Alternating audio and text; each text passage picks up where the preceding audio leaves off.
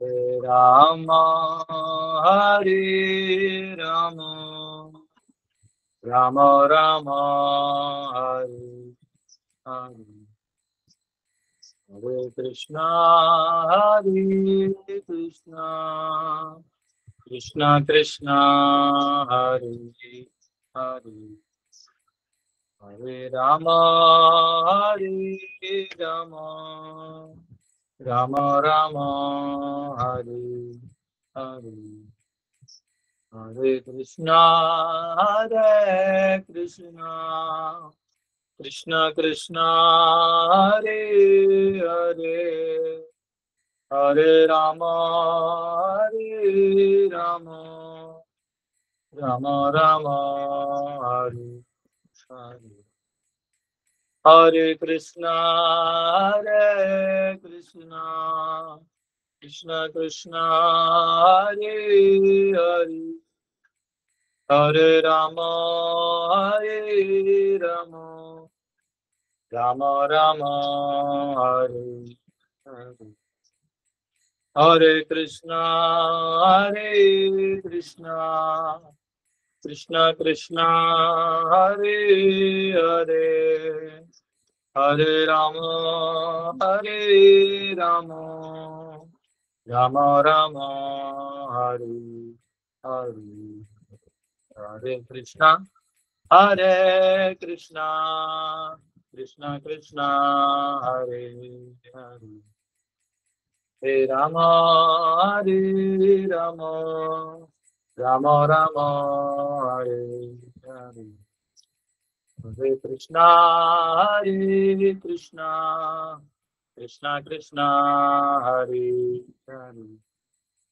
Hare Rama, Hare Rama, Rama Rama, Hare Hare, Jaya Radha Raman, Radha Raman Radhi, Jai Gauranitai, Gauranitai, Gauranitai, Jaya Gauranitai, Jai Jaya Prabhupada, Prabhupada, Prabhupada, Prabhupada, Nitai Gaura Hari Bol, Hari Bol, Hari Bol, Hari Bol. युद्धर परिणाम संकीर्तन की जय।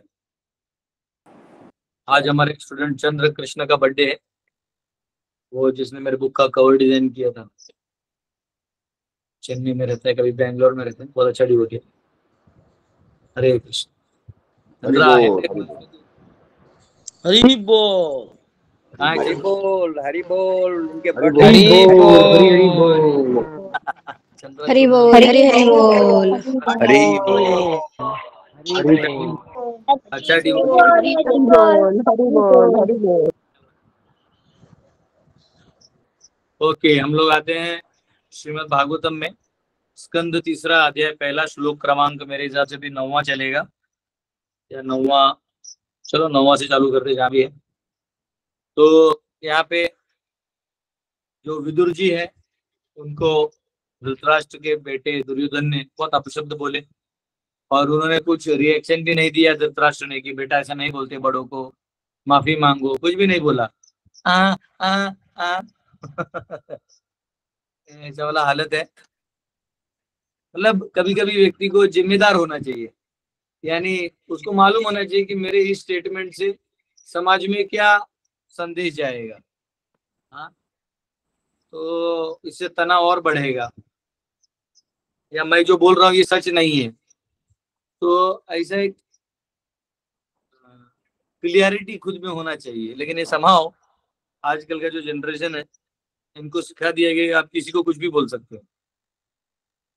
बड़ों के साथ कैसा बात करना, और आपसे ज्यादा पढ़ा लिखा कोई है उससे कैसा बात करना, आपसे कोई सामाजिक पद पे आपसे ओहदे में बड़ा है तो उससे कैसे डील करना, तो सीखना चाहिए। आजकल कुछ है नहीं ऐसा, कोई दिक्कत है तो जो नेता भी बन रहा है उसको खुद की इज्जत नहीं, दूसरों की नहीं है, और उसको नेता है लेकिन उसको नेता वाला इज्जत नहीं है।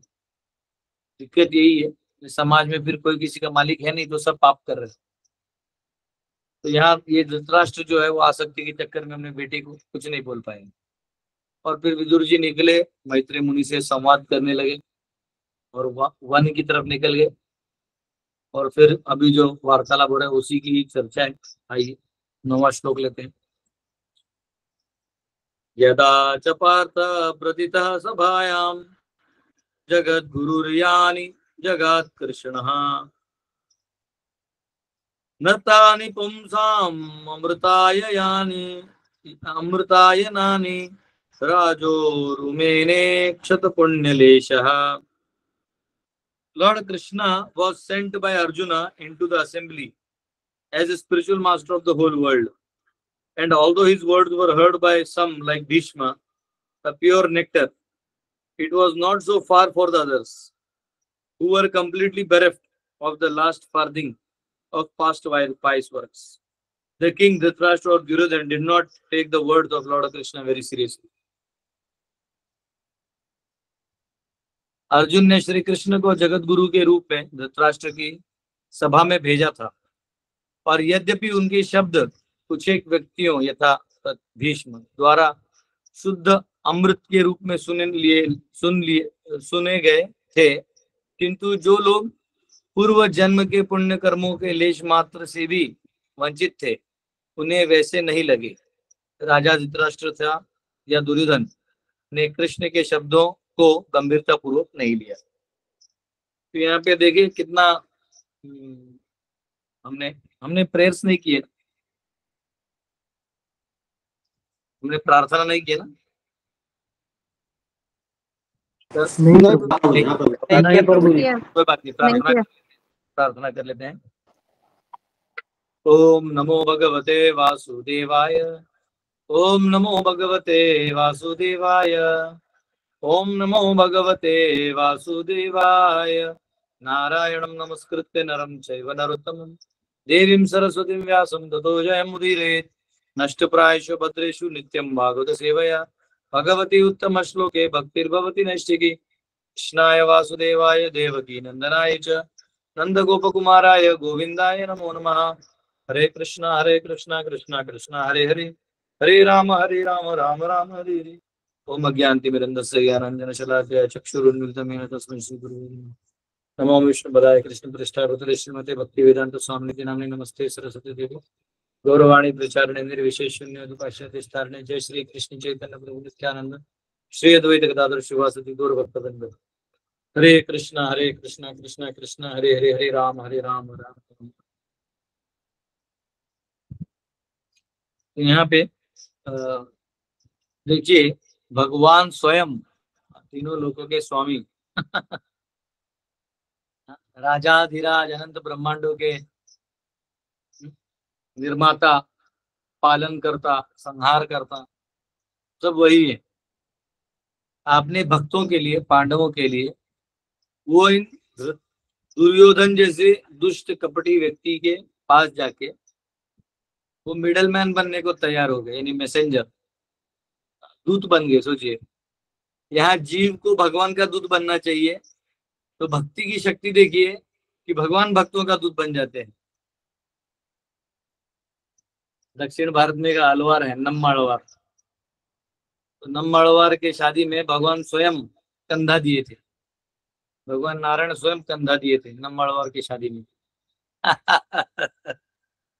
श्याम तो क्लास में है, श्याम प्रभु आप क्लास में हैं। श्याम प्रभु बहुत अच्छे से आपको नामड़वार का स्टोरी सुना सकते हैं, है ना। मैं शाम को बोल देता हूँ। है प्रभु जी, है शाम है। यस प्रभु जी। तो काहे नहीं चेहरा दिखा रहे। श्याम, नमड़वार का स्टोरी बताओ, जहाँ पे भगवान स्वयं उनकी शादी में गए थे। प्रभु बहुत दिन हो गया सुने हुए प्रभु जी, याद नहीं आ रहा। ठीक है, ये तुम्हारा होमवर्क है, वापिस देखोगे और कल हम सबको सुनाओगे ये लीला। यस ठीक है प्रभु जी। जैसे हमारे परंपरा में हरिदास ठाकुर है जो हरिनाम का प्रचार करते हैं, वैसे दक्षिण भारत में श्री संप्रदाय में 12 अलवार हैं, यानी संत हैं। उन 12 में से एक का नाम है नम्माळवार, जो नाम का कीर्तन करते हैं। तो उनके शादी में भगवान स्वयं गए थे और पालकी में कंधा दिए थे, सोचो। तो ये भगवान ऐसे बोलते हैं, आओ मुझे सरेंडर करो, नहीं तो तुम्हारा कुछ नहीं होगा। और आप जब सरेंडर कर देते तो आपके पास चले जाते हैं और आपकी सेवा में लग जाते हैं। वो देखो कितने स्मार्ट है, बोलते हैं आप मेरे पास आओ और मेरा सेवा करो, मन मना भव मद भक्तो मध्याजी माम नमस्कुरु। आज जब आप ये करने आ जाते हो तो वो आपके पास आ जाते हैं, वो आपके मैसेंजर बन जाते हैं। ये इसी अर्जुन को भगवान ने बोला था कि जाओ निमित्त मात्र भव सव्यसाची, मेरा निमित्त बनो मेरे कार्य का। आज जब वो बनने गए तो पूरा युद्ध भगवान ने ही पार करा दिया। भक्त बन गए तो भगवान सब संभाल लिए। हाँ, तो इस प्रकार आपको, और इतना करने के बाद जब वो वहां गए तो दुर्योधन ने प्रस्ताव स्वीकार नहीं किया 5 गांव का, और भगवान को बंदी बनाने का साहस किया। और इतना ही नहीं, जब उन्होंने विराट रूप देखा तो स्वीकार भी नहीं किया। 10वां श्लोक, यदुपहोतो भवनं प्रविष्टो मंत्राय पृष्ठः किल पूर्वजेन अथा तन्मन्त्रदृशां वरीयान् यन्मन्त्रिणो वैदुरिकं वदन्ति।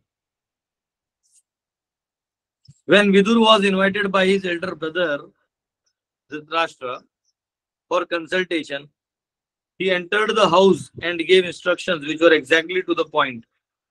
His advice is well known and instructions by Vidura are approved by expert ministers of state. जब विदुर अपने ज्येष्ठ भ्राता धृतराष्ट्र द्वारा मंत्रणा के लिए बुलाए गए तो वे राजमहल में प्रविष्ट हुए और उन्होंने ऐसे उपदेश दिए जो उपयुक्त थे। उनका उपदेश सर्व विदित है और राज्य के दक्ष मंत्रियों द्वारा अनुमोदित है। तो जैसे चाणक्य पंडित है ना, आजकल लोग कुछ भी होते तो चाणक्य को कोट करते हैं, वैसे विदुर की नीतियां बड़ी फेमस है। नीति राजनीति भी एक नीति है, समाज नीति भी एक नीति है, अर्थनीति भी एक नीति है। नीति मीन्स पॉलिसीज, वैल्यूज। तो राजनीति के बड़े ही विद्वान थे विदुर। वो जानते थे कि आपने अगर ऐसे बोला तो कौन से समाज पे क्या परिणाम होगा। जैसे अभी एक मूर्ख सांसद सभा में बोला कि हिंदू हिंसक होते हैं।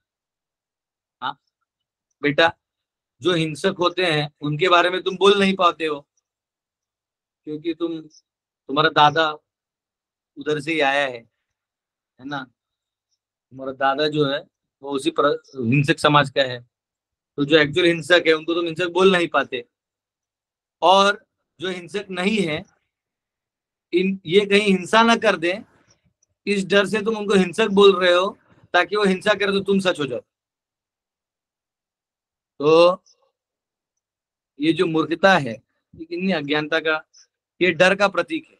इससे पता चलता है कि बिना हिंसा के भी एक सनातनी कितना पावरफुल है, कि जब हिंसा नहीं किया तो भी सामने वालों को हिंसा फील हो रहा है।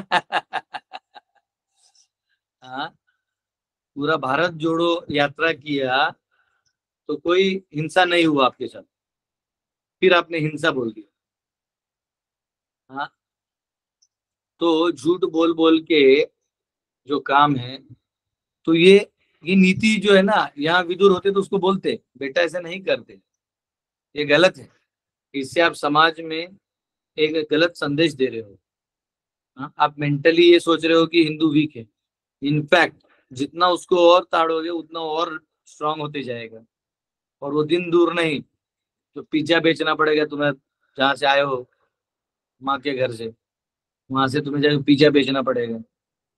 हाँ, तो ये समाज में आप क्या बोलते हो तो समाज में उसका क्या रिपरकशन जाता है, उसको समाज नीति बोलते हैं। तो ये सब नीति होते हैं। राजनीति होता है कि राज्य शासन करते हुए कहाँ हमें बोलना है, कहाँ नहीं बोलना है। अपने ही प्रधानमंत्री का पेपर फाड़ देना, अरे भैया तो ये ऐसे नहीं किया जाता। आपको फाड़ना ही है तो आप बोलिए कि ये जो है इसको हम लोग वापस मूल्यांकन करेंगे और इसमें कुछ बदलाव लाएंगे। हाँ, तो वो फाड़ देना, ऐसा करना, ये सब ये मतलब अगले बैच ऑफ राजनीति को आप ये सिखा भी नहीं सकते। मुझे लगता है एक कराड़ सर का एक स्कूल है पूना में, पॉलिटिक्स के लिए, वो मतलब पॉलिटिक्स करना है आपको तो आइए, वहाँ पे फीस भरिए और रहिए और पॉलिटिक्स सीखिए। ऐसे सब अमीर बच्चे जाते हैं वहाँ पे, तो मुझे लगता है वहां भी ये गधापनी नहीं सिखाते होंगे। मतलब वहां इसका विश्लेषण होता होगा कि देखिए इसका क्या परिणाम है समाज। हाँ, तो अब मुश्किल है कि ये बताना कि इनको कौन सिखाए। लेकिन पॉइंट ये है कि यहाँ पे विदुर जी जो है उनको भी बुलाया गया था मंत्रणा के लिए।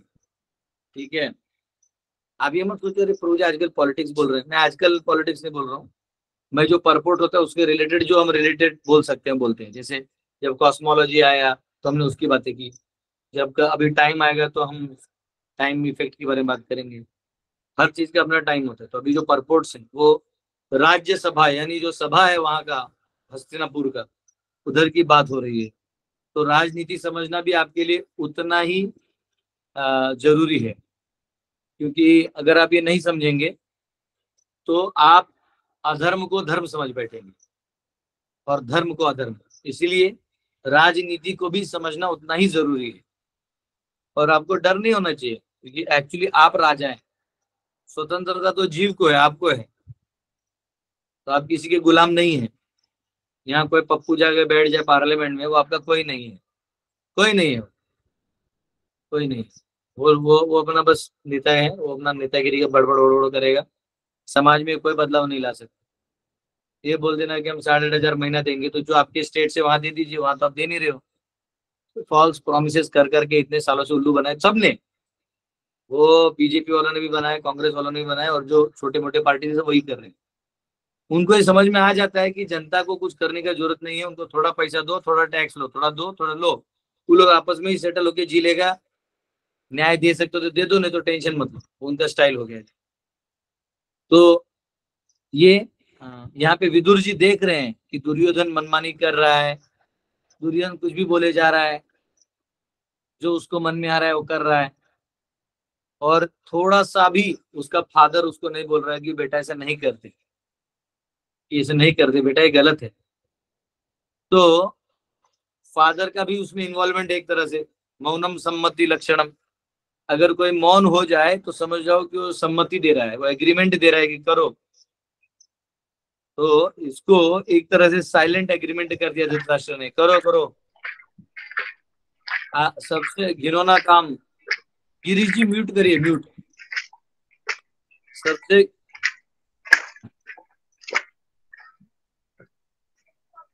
गिरीश जी म्यूट म्यूट, आवाज आ रहा है आपका।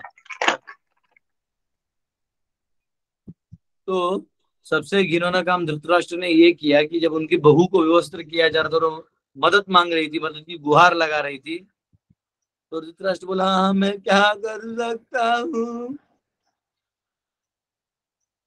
तो भगवान बोले बेटा तू कुछ नहीं कर सकता तो अपने 100 बच्चों का मौत तो देख ही सकता है आंखों के सामने, दिखाते हैं तुझे। भगवान एकदम, भगवान आपको सिर्फ मौका देते हैं सुधरने का और कुछ नहीं, बाकी भगवान ने सब तय कर रखा होता है। आप सुधर गए तो बच जाओगे। वहीं धृतराष्ट्र ने डांट दिया होता और दुर्योधन का हाथ पकड़ लिया होता, डी एम्पावर कर दिया होता, तो दुर्योधन जिंदा भी रह जाता, 100 भाई जिंदा रहते, 99 भाई और जिंदा रह जाते। हाँ, ऊपर से भविष्य में युधिष्ठिर कुछ ना कुछ अच्छा पोर्टफोलियो दे देता।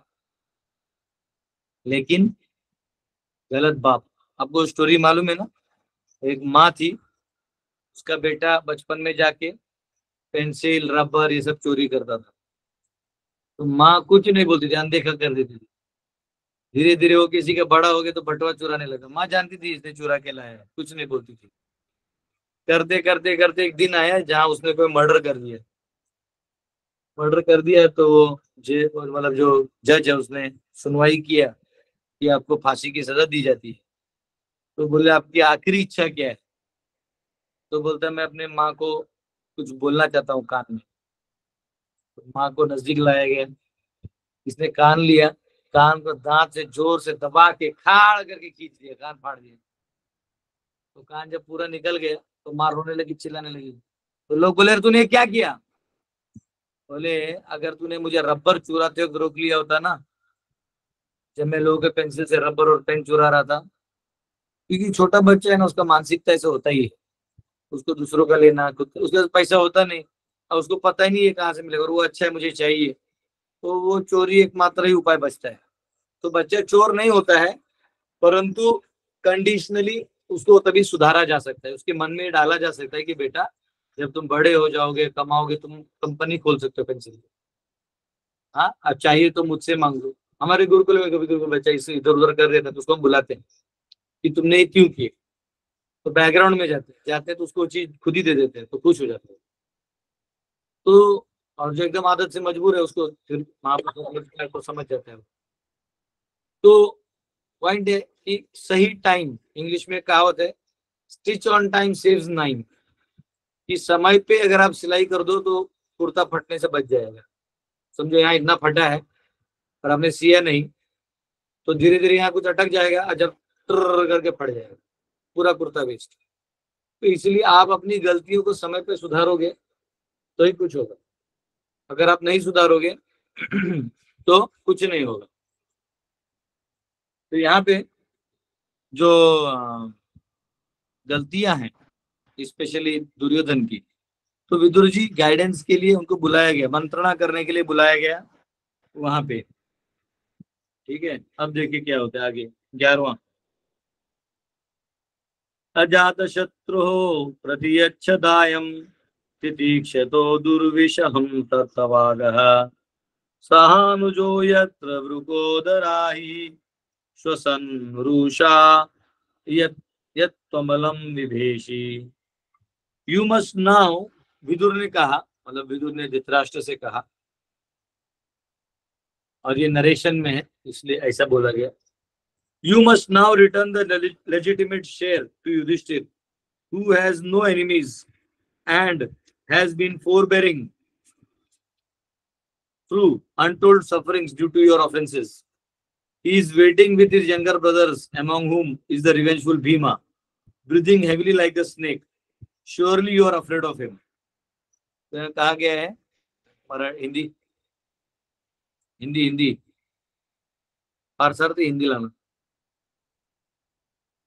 एनीवेज, तो विदुर जी धृतराष्ट्र को कह रहे हैं यहाँ पे कि आप जो युधिष्ठिर और उनके जो भाई हैं, इनका जो भी, तुम्हें चाहिए कि युधिष्ठिर को उसके न्यायोचित भाग लौटा दो, क्योंकि उसका कोई शत्रु नहीं है और वह तुम्हारे अपराधों के कारण अकथनीय कष्ट सहन करता रहा है। वह अपने छोटे छोटे भाइयों सहित प्रतीक्षारत है, जिनमें से प्रतिशोध की भावना से पूर्ण भीम सर्प की तरह उच्छ्वास ले रहा है। तुम निश्चय ही उससे भयभीत हो। तो यहाँ विदुर जी कह रहे हैं धृतराष्ट्र को, धृतराष्ट्र के भाई है वो, अंबा अंबिका अंबालिका। तो मुझे लगता है अंबिका अंबालिका जो थी, तो अंबिका ने जब इनको विचित्र वीर से पुत्र नहीं हो रहा था तो व्यास जी को बुलाया गया। वो एक तरीका होता है, वो बहुत रेयरली किया जाता है, अगर बच्चा ना हो तो बड़ा घर का एक सदस्य से प्रेगनेंसी दिया जा सकता है, पर वो रेयर केस होता है, और वो स्पेशली राजघराना या बहुत हाई पोस्ट पे कोई तो ही वो रूल अप्लाई करना चाहिए, नॉर्मल में नहीं करते, क्योंकि वो लोग उस लेवल पे मैनेजमेंट करना पड़ता है, कभी कभी ये सब करना पड़ता है। जैसे मिलिट्री में कोई जाता है तो सांप काट के खाता है, वो ट्रेनिंग पीरियड है, ट्रेनिंग पार्ट है, वैसे ही ये भी एक पार्ट का लाइफ स्टाइल है। तो ये रेगुलर नहीं है। तो यहाँ पे व्यास जी को इनवाइट करते हैं, तो वो जो क्या नाम है अंबिका है, वो देखती दाढ़ी वाड़ी है एकदम डेंजरस, आंख बंद कर लेती है, इसलिए धृतराष्ट्र जो अंधा पैदा होता है। बात समझे? मतलब एक्चुअली आपकी क्रिया से भी बच्चे पे इफेक्ट होता है। और दूसरा है जब अंबालिका, तो उसे पांडु पैदा होता है। और एक दासी पुत्र भी होता है, तो वो विदुर होते हैं। तो वो पुत्रदान होता है, तो दासी को एक पुत्र होता है, वो विदुर होता है। तो क्योंकि वो व्यास का बेटा है, तो वो राजघराने में ही रहेगा। लेकिन क्योंकि वो दासी पुत्र है, तो वो गद्दी पे नहीं बैठ सकते। और धृतराष्ट्र अंधा है, इसलिए गद्दी पे नहीं बैठ सकता।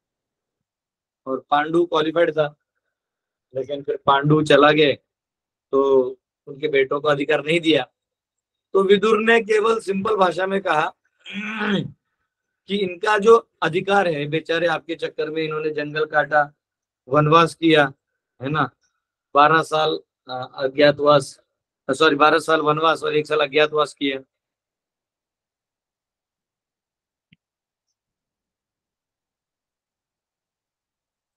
तो 1 साल अज्ञातवास किया, तो ईमानदारी से किया। मतलब युधिष्ठिर ऐसा व्यक्ति था कि प्रिंसिपल्स में एकदम क्लियर रहते थे, सब किया। एक्चुअली दुर्योधन भी अंदर से युधिष्ठिर से प्रेम करता था, लेकिन उसको सत्ता का लालच था।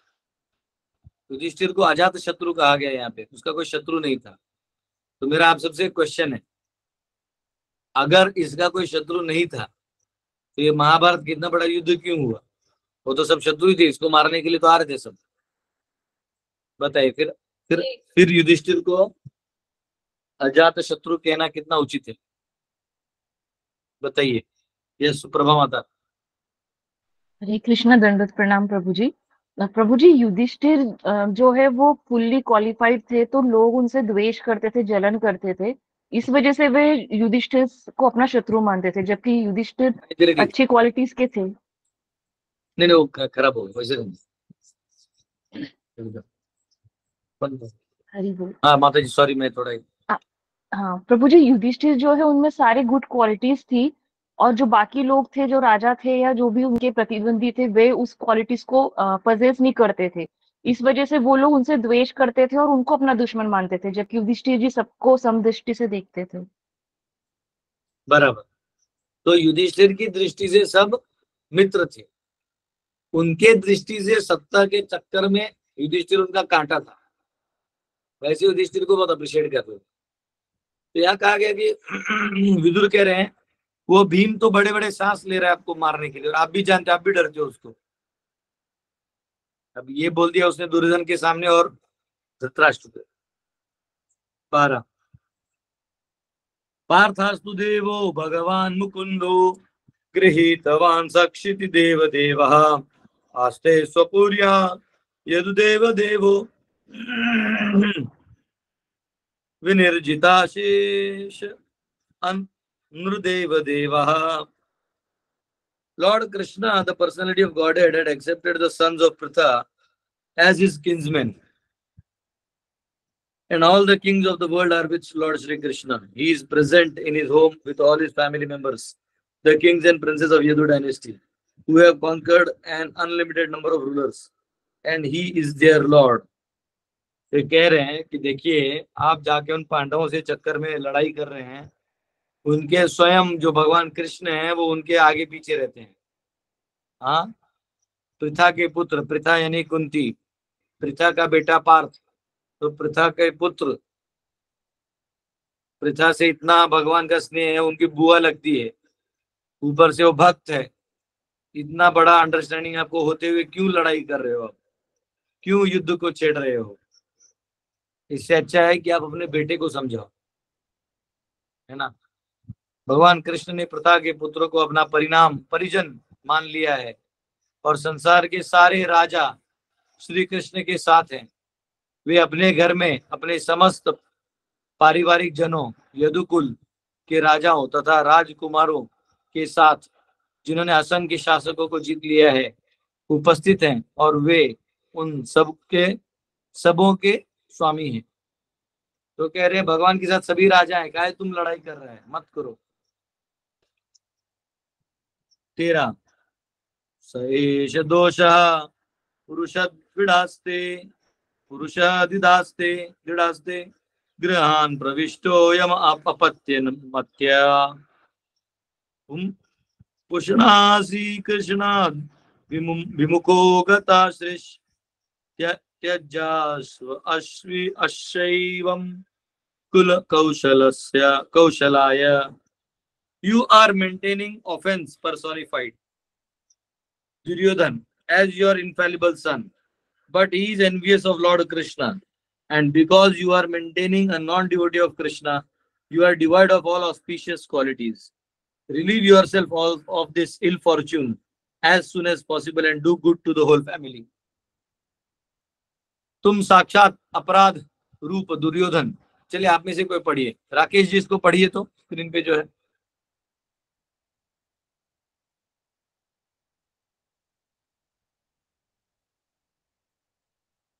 चलो कौन पढ़ेगा? सुप्रमा माता पढ़ो तो थोड़ा सा. हरि बोल. दंडक प्रणाम प्रभु जी.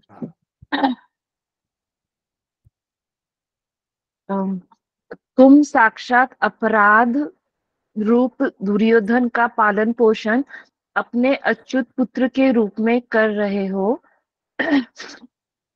किंतु वह भगवान कृष्ण से ईर्ष्या करता है.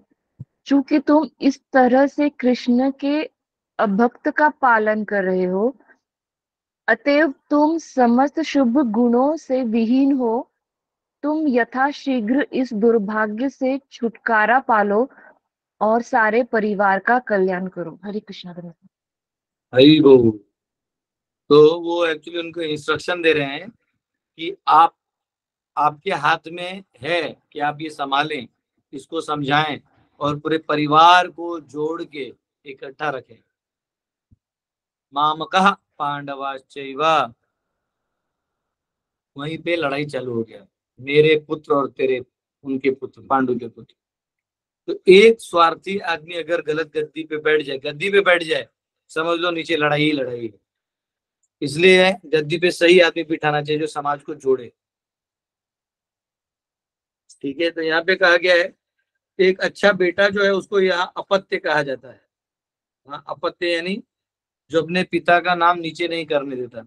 वो गाना है ना, पापा कहते हैं बड़ा नाम करेगा, बेटा हमारा ऐसा काम करेगा. हाँ, वो डिंग डिंग डिंग डिंग बजा के गाता है. तो बेटे को तुम गिटार दोगे तो क्या काम करेगा? तेरा काम करवा देगा वो. हमेशा हमेशा के लिए. तो ये अपत्य यानी ऐसा बेटा हो कि जो आपका नाम करे, आपका नाम खराब ना करे. हाँ, तो यहाँ पे जो दुर्योधन है ये तो पूरा नाम खराब कर ही चुका है, लेकिन धृतराष्ट्र को खुद अपनी नाम की नहीं पड़ी, उसको सत्ता की पड़ी. उसके नजर में केवल सत्ता. नाम हो ना हो, लोग मुझे अच्छा बोले बुरा बोले बाद में देख लेंगे. ठीक है. तो उन्होंने दुर्योधन को यूज किया अपने काम के लिए. 14 इत्युचिवांस्तत्र सुयोधनेन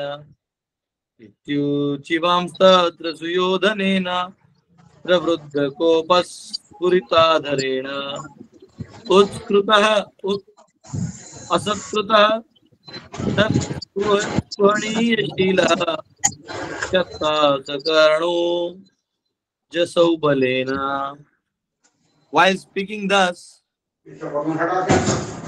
आपका करना पड़ेगा. करना पड़ेगा.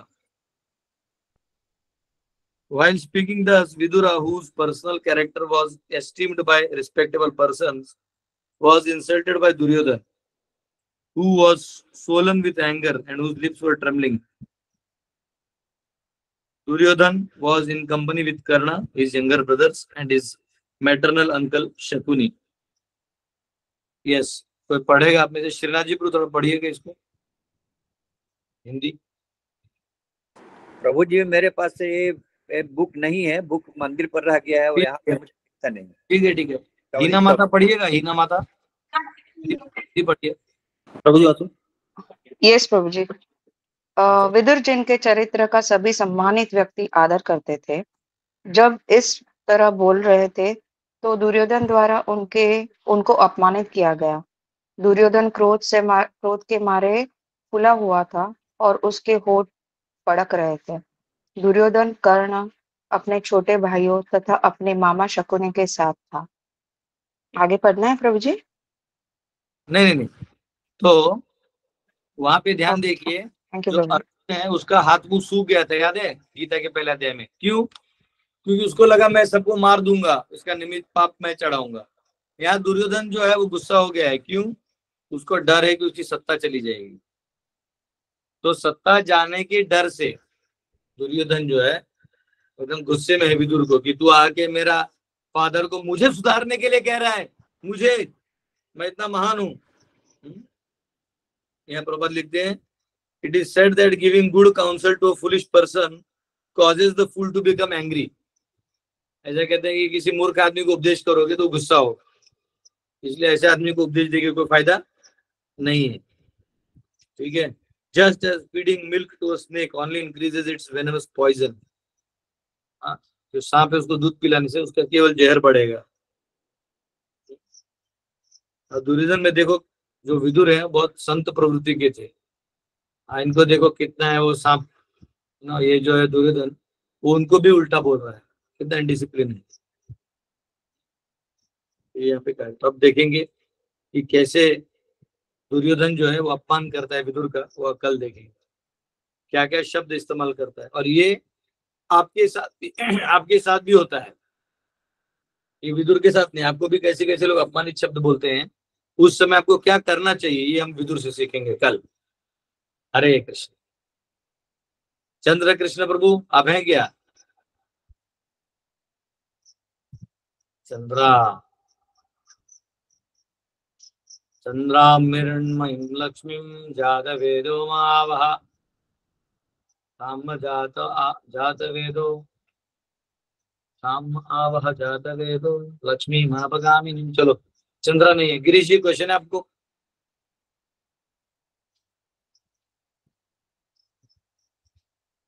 गिरीश जी क्वेश्चन नहीं है। सुप्रभा माता। हरे कृष्णा, दंडवत प्रणाम। प्रभु जी, जैसे अभी आप पूछे ना, जैसे युधिष्ठिर महाराज जो है अजात शत्रु है। मतलब युधिष्ठिर महाराज जैसे बहुत से लोग होते हैं, जैसे वो लोग अच्छे क्वालिटीज को पजेस करते हैं, लेकिन और वो सबके फेवरेट होते हैं, लेकिन जो उनसे द्वेष करते हैं या जो उनको कम्पीट नहीं कर पाते हैं, तो वो उनको फंसाने की प्रभु जी कोशिश करते आवाज हैं या बरोबर डिफेम। नहीं आ रहा है। हरि बोल। मैं रिपीट करूंगा क्वेश्चन, आप हरि बोलिए बोल। माता। आप प्रभु जी, आ बोलिए, रही है अभी आवाज आ रहा आवाज? है? हाँ आ रहा है।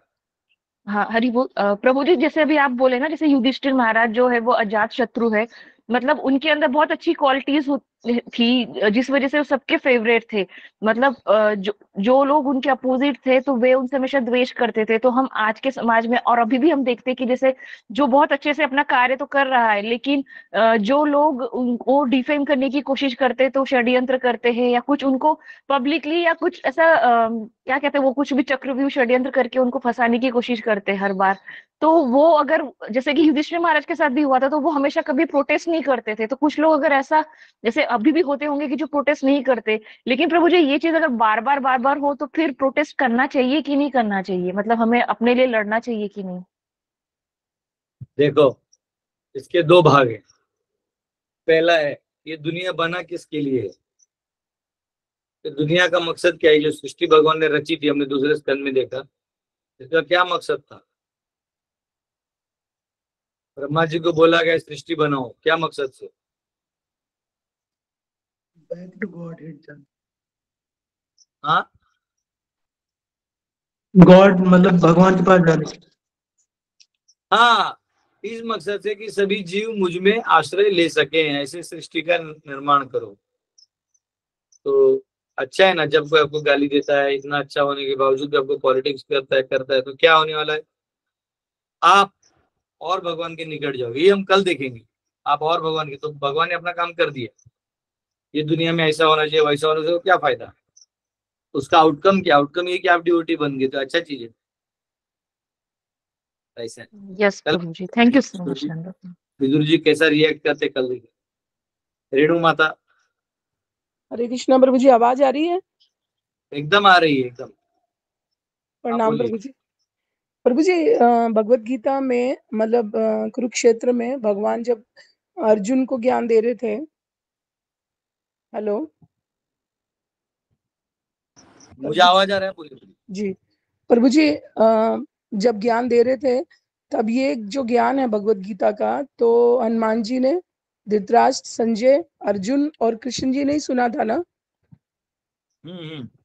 तो मुझे ये था कि विष्णु पिता में उस टाइम चाह रहे थे कि अगर एक क्षण के लिए भी मुझे वो ज्ञान की एक लाइन भी सुनाई दे जाए तो मैं अपने जीवन का जो भी है सब सरेंडर कर दूंगा उसके बदले में। तो विष्णु पिता में को क्यों नहीं मतलब किया गया, जो महाजन थे, और धृतराष्ट्र को क्यों सुनाई दिया, भगवान ने क्यों उनके ऊपर कृपा करी धृतराष्ट्र पे कि उनको भगवत गीता का ज्ञान मिला। जितना मैं जानता हूँ, जितना मैं सुना हूँ, एक बार और पढ़ना पड़ेगा महाभारत।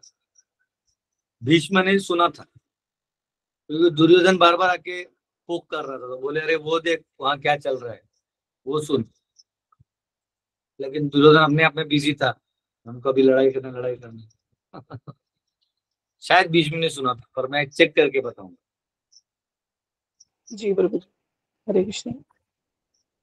यस, अरविंद जी।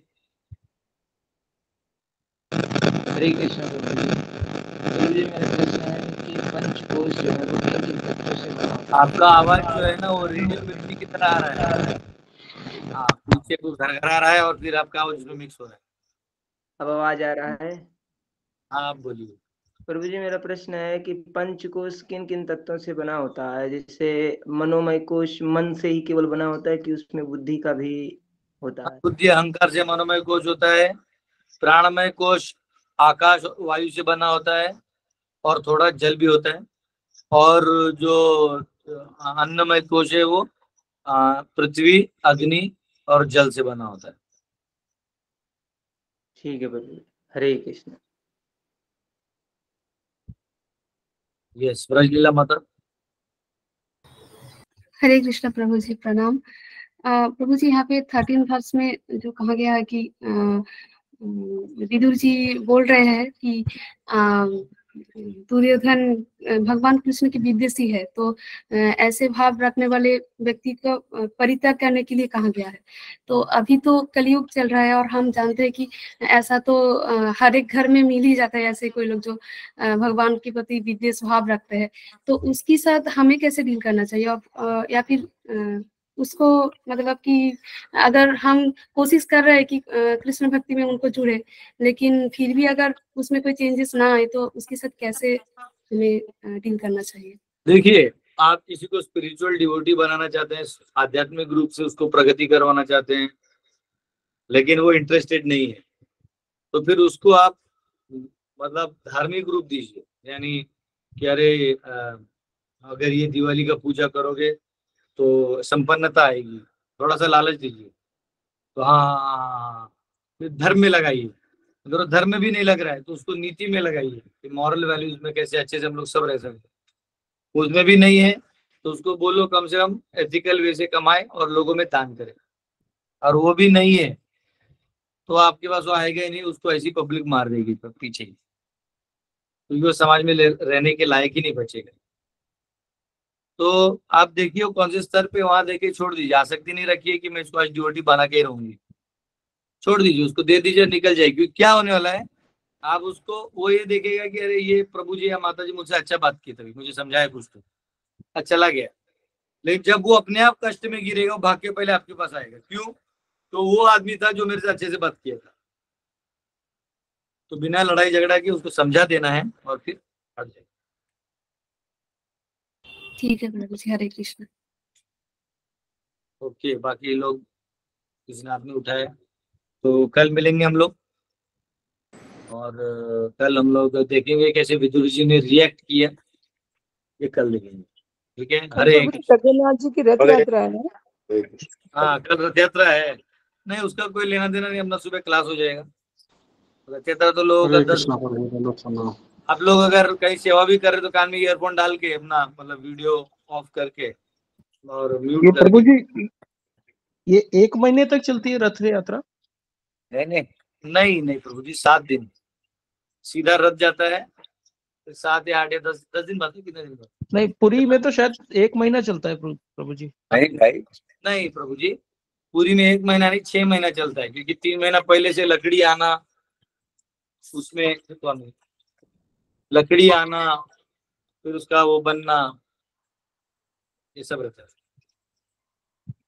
तो चलते रहता है फेस्टिवल, पूरी तो फेस्टिवल है, लेकिन एक्चुअली रथ खींचा जाता है। कल रथ खींचा जाएगा। अरे मैं लास्ट ईयर गया था, रथ मैं गया सुबह 3:30 बजे ही। मेरे पास रूम नहीं था, इतना भीड़ था, लेकिन हमारा गाड़ी एकदम रास्ते के साइड में लग गया, इतना हमको मिल गया। सुबह रात को ही निकले थे, रात भर ट्रैवलिंग किए थे, गाड़ी चला के गए थे, 3:30 बजे पहुंचे। तो अभी हम लोग रूम खोज रहे थे, तो रूम बोला नहीं है, अवेलेबल ही नहीं किधर भी। तो हम लोग सुलभ शौचालय की जय हो सुलभ शौचालय में 45 मिनट लगा सिर्फ टॉयलेट को नंबर लगने में नहाने को हरी बोल, हरी बोल करके हम लोग गए। फिर आराम से खड़े थे तो हमको कोई बोला कि 10 बजे आएंगे, तो 9 बजे हम लोग 9 बजे फिर भगवान के सामने खड़े थे। 10 बजे तक तो पता चला नहीं, अभी नहीं आएंगे, 1 बजे आएंगे। फिर हम लोग थोड़ा पीछे जाके खड़े हुए, थोड़ा फिर वापस गए। फिर 11 बजे वापस खड़े हो गए भगवान के सामने, रथ के सामने। 11 से लेके भगवान जो बलभद्र जी आए 1 बजे, सुभद्रा महारानी 2, और जगन्नाथ जी द बॉस 3 बजे, और वो राजा आया, वो बड़ा राजा जो है वो अपना झाड़ू वाड़ू मारे, जगन्नाथ जी का रथ खींचा गया। फिर उतना तो हुआ नहीं, अंदर में मैं कैसे तैसे एक रस्सी को बस हाथ, पहले तो मैंने नकली रस्सी को हाथ लगाया, मुझे लगा ये रस्सी है, लेकिन पुलिस बुला रही है, ये नहीं, ये तो पुलिस का रस्सी है, वो है उधर रस्सी है। तो मैं उधर गया, उधर दूसरा भीड़ था, उधर क्या साधु क्या कुछ नहीं, सब जगन्नाथ के भक्त है, धक्का बुक्की माता है। मेरे को क्या करूं, मेरे को समझ आता, क्योंकि मैंने मेन रथ को कभी हाथ नहीं लगाया था। यहाँ वहां करके हाथ लगाए, पाँव के पहने हुए चप्पल उखड़ गए, वो चप्पल दिखाई नहीं। ऐसा किया, हाथ लगाया, थोड़ा 2-3 पीछे किसी ने ठोका ठाका भी, जो है देखे जाएगा।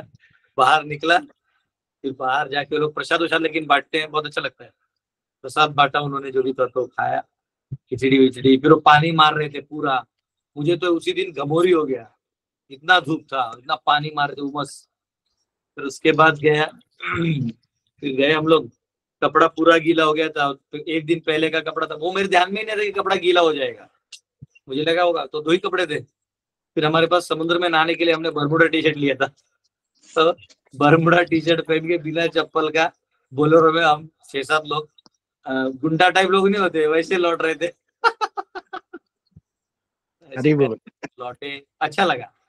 रथ यात्रा में कभी मौका मिले तो जाना चाहिए। और जगन्नाथ जी को मैं बहुत, मतलब वहां तो जगन्नाथ जी जो ही रथ में आए, आंखों से मतलब ऐसा है ना कि स्वाभाविक ही ज्ञान बल क्रिया, यानी स्वाभाविक ही जो प्रेम है भगवान का वो निकलता है।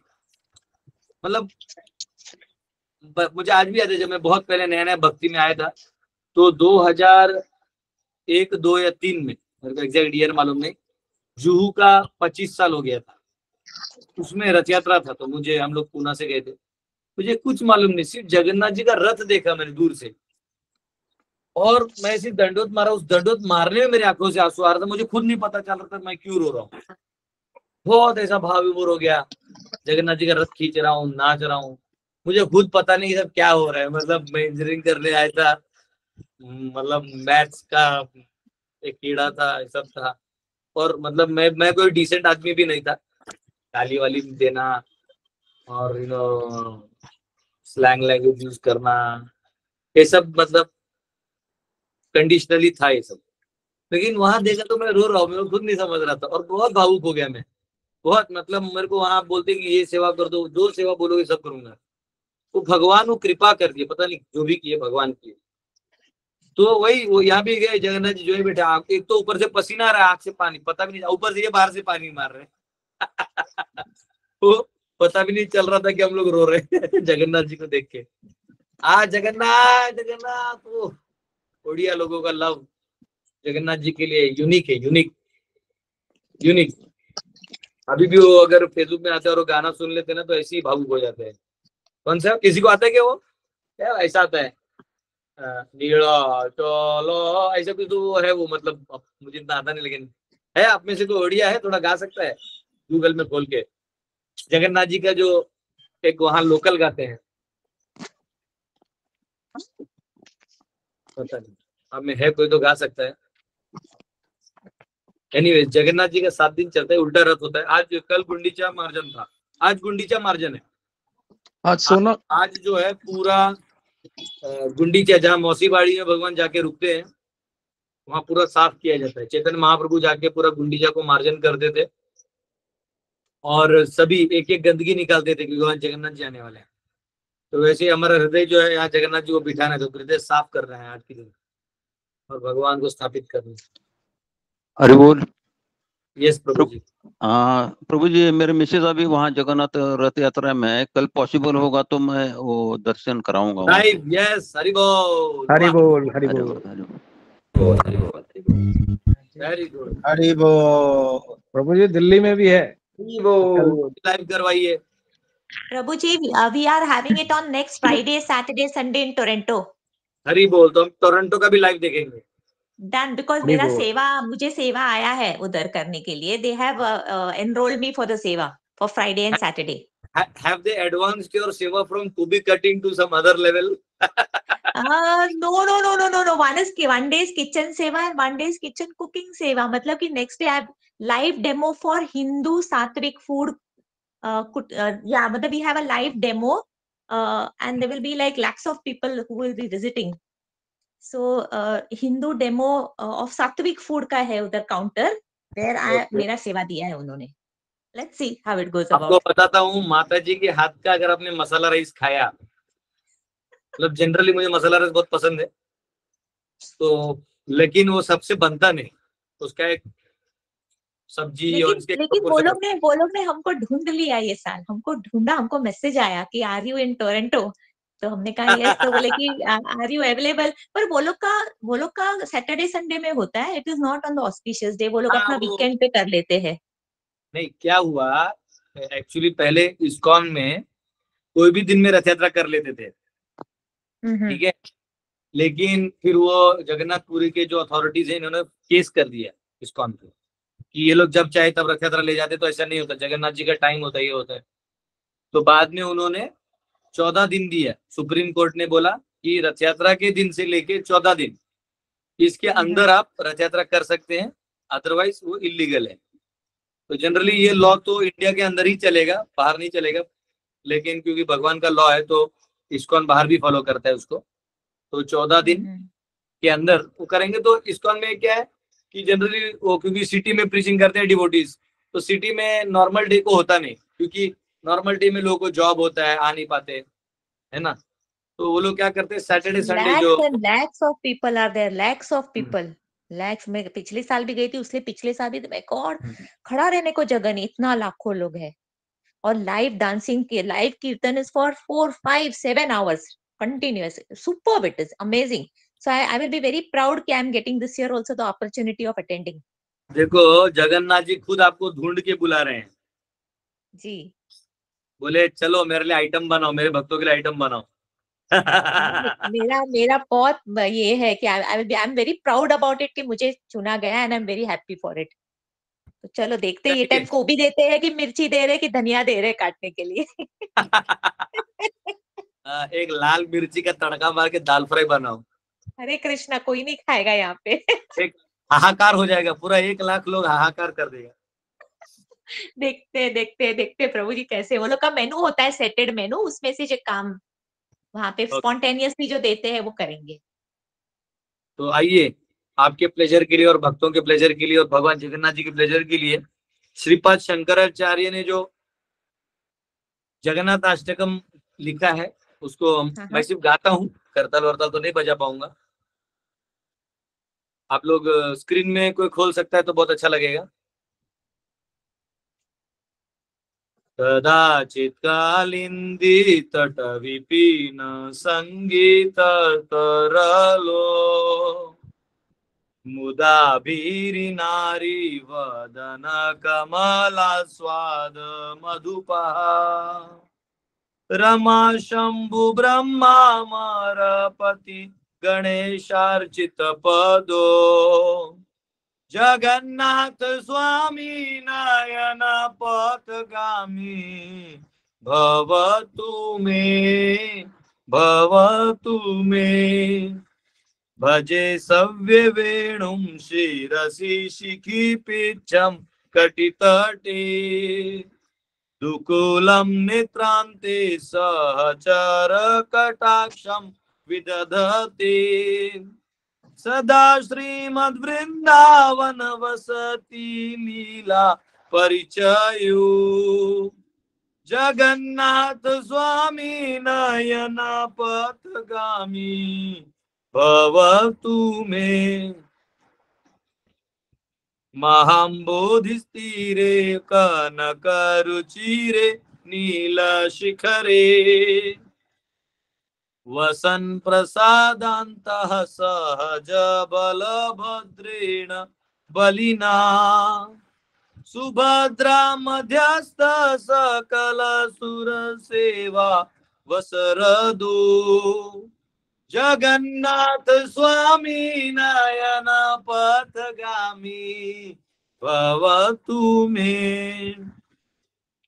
कृपा पारवार सजल जलद श्रेणी रुचिरो रमावाणी राम स्फुरद अमल पंखेरुमुखः सुरेन्द्रेराराध्य श्रुति गणशिखा गीत चरितो जगन्नाथ स्वामी नयन पथगामी भवतु मे रथारूढ़ो गच्छन् पथि मिलित भूदेव पटलै स्तुति प्रादुर्भावं प्रतिपदम् उपकर्ण्य सदया दया सिंधु बंधु सकल जगतां सिंधु सुतया जगन्नाथ स्वामी नयन पथगामी भवतु मे पर ब्रह्म पीड़ा कुवलय दलोत्फुल्ला नयनो निवासी नीलाद्रौ निहित चरणो नंत शिरसि रसानंदी राधा सरस वपुरी लिंगन सुखो जगन्नाथ स्वामी नयन पथगामी भवतु मे। कुछ मूर्ख आर्य समाजी और कुछ मूर्ख ज्ञानी ये कह रहे हैं कि राधा रानी है ही नहीं, राधा काल्पनिक है। यहाँ देखो स्वयं शंकराचार्य कह रहे हैं रसानंदी राधा सरस वपुर लिंगन सुखो। राधा बोलो, राधा राधा आर्य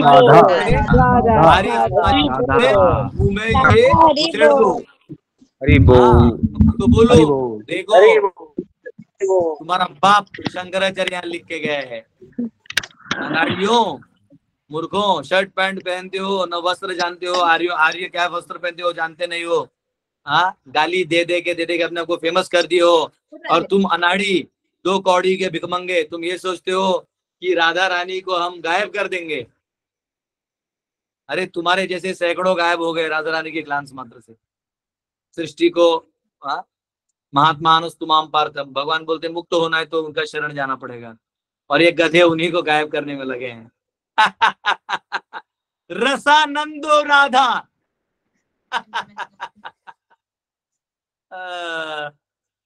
जाके जूता मारो, आर्य समाजी जहां देखिए एक जूता मारो मेरे नाम से, उसको बोलो क्या लिखा है राधा रानी। रसानंदी राधा सरस वपुलिंगन सुखो। राधा रानी को वपुलिंगन आनंद आता है। ये रथ यात्रा ही राधा रानी की वजह से है। राधा रानी अपने पास लेके आना चाहती लक्ष्मी जी से, भगवान को अपने पास खींच रही है। ये मूर्ख आर्य समाजी से जाके लोग डिबेट कर रहे हैं, इनको जूतों से मारो। डिबेट क्या करना है, औकात है इनकी। शर्ट पैंट पहन के ऑनलाइन 10 आदमी बटोर लिए, मूर्ख कहीं का। नाक रगड़ के माफी मांगा प्रभु जी उन्होंने। हाँ, नाक रगड़ के माफी मांगा उन्होंने प्रभु जी वहां पर। मांगा, फिर भी 2 जूता मारो मेरी तरफ से, क्योंकि मैंने नहीं देखा होगा एपिसोड माफी वाला। न वैयाचे राजम न च कनक माणिक्य विभवम नयाचे हम रम्याम सकल जन काम्यम वरवधुम सदा काले काले प्रमथ पति नागीत चरितो जगन्नाथ स्वामी नयन पथगामी भवतु मे हर त्वं संसारं द्रुतं द्रुततर असारं सुरपते हर त्वं पापानां विततिम् अपरां यादवपते अहो दीननाथे निहित चरणो निश्चितमिदम् जगन्नाथ स्वामी नयन पथगामी भवतु मे जगन्नाथाष्टकं पुण्यं यह पठेत प्रयतः शुचि सर्व पाप विशुद्धात्मा विष्णुलोकं स गच्छति इति श्रीमद् शंकराचार्य विरचितं जगन्नाथाष्टकं संपूर्णम् हरि बोल हरि बोलो बोल जगन्नाथ स्वामी की हरि बोल हरि बोल हरि बोल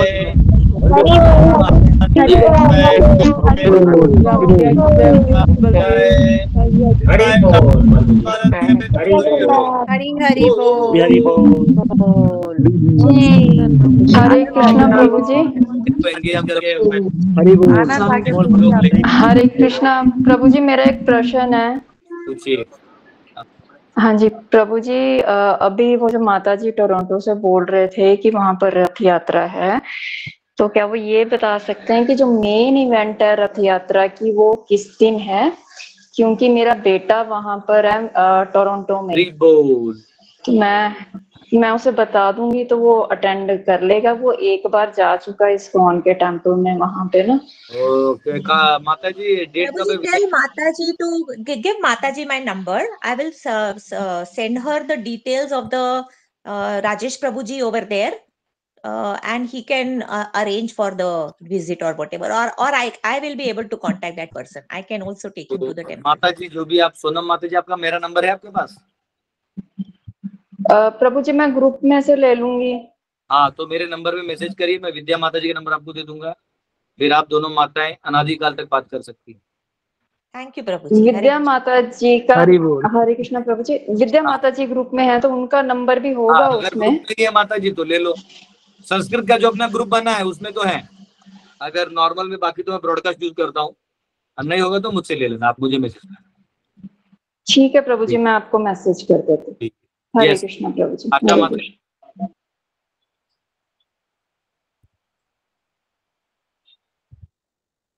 ओके, लगता है आशा माता जी हाथ ऊपर करके भूल गई।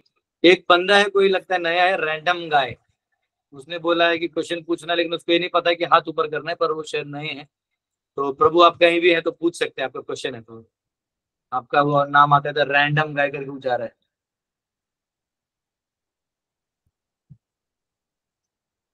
आपका क्वेश्चन शायद ये प्रभु जी उन्होंने क्वेश्चन चैटिंग में दिया, चैट में दिया हुआ है। क्या लिख रहे हैं वो?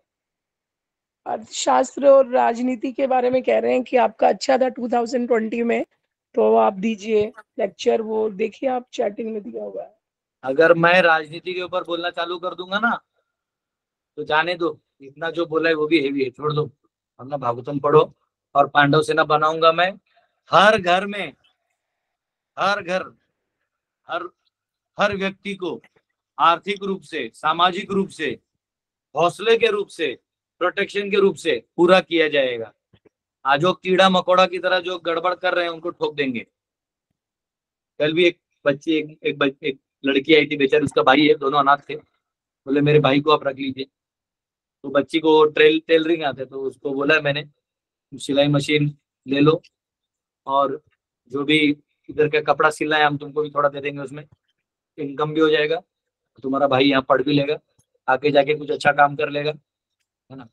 हमको समाज जहां भी है, जो भी तोड़ रखा है ये अंग्रेजों ने, कुछ हमारे स्वार्थी लोगों ने, ये सब ठीक कर दूंगा। और बीच में जो आएगा वो उनको ऊपर भेज देंगे मैनेजमेंट के लिए। प्रभु जी क्वेश्चन था। अब बोलना ज्यादा नहीं है, राजनीति में बोलना नहीं होता है ज्यादा, राजनीति में करना होता है। बोल देंगे फिर भी आपको सिखा देंगे, अर्थशास्त्र, नीति, समाजशास्त्र, करंट सिनेरियो सिखा दूंगा तो 100 लेक्चर लगेंगे, पर सिखाने के बाद आप लोग सब बॉम्ब बन जाओगे, बॉम्ब। आप लोगों को इसलिए नहीं बताता ना, क्योंकि मैं पांडव सेना जब चलाऊंगा ना तो अननेसेसरी जो इंटेलिजेंस वाले वो आपको परेशान करेंगे, बताओ गदाधर ने और क्या क्या सिखाया। आप बोल सकते हो अरे बोलते रह गया, वो सिखाया ही नहीं।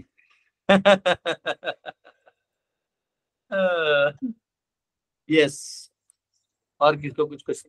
प्रभु जी एक क्वेश्चन था, आपने अभी जो बोला राधा जी लक्ष्मी जी से ला रही हो, थोड़ा बताएंगे क्या? भगवान जगन्नाथ जी लक्ष्मी जी के साथ रहते हैं ना, तो राधा रानी का प्रेम है, परकीय भाव, और भगवान रहते तो लक्ष्मी जी के साथ हैं, तो याद में पगला हो जाते हैं राधा रानी के। जब रुक्मिणी जी द्वारका में थी, रात भर कृष्ण जो है 16,108 रानियां थी, वो सबके साथ भगवान जब सोते थे तो रात भर यहाँ वहां पलट पलट के राधा राधा रो रहे थे, एकदम रो रहे थे, जैसे पागल नहीं होता है जो आदमी, मतलब दिन रात जिसकी याद आए।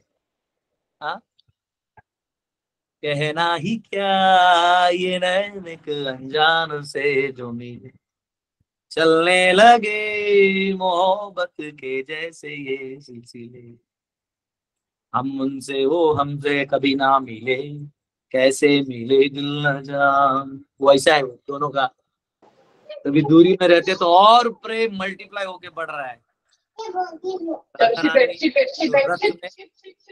रथ में बैठा के बुलाते हैं भगवान को मौसी बाड़ी में राधा रानी को मिलने के लिए। तो भगवान जब आए थे कुरुक्षेत्र में, उनको वृंदावन वासियों ने खींच के अपनी तरफ लाया था, तो ये सिग्निफाई करते आ रहे थे।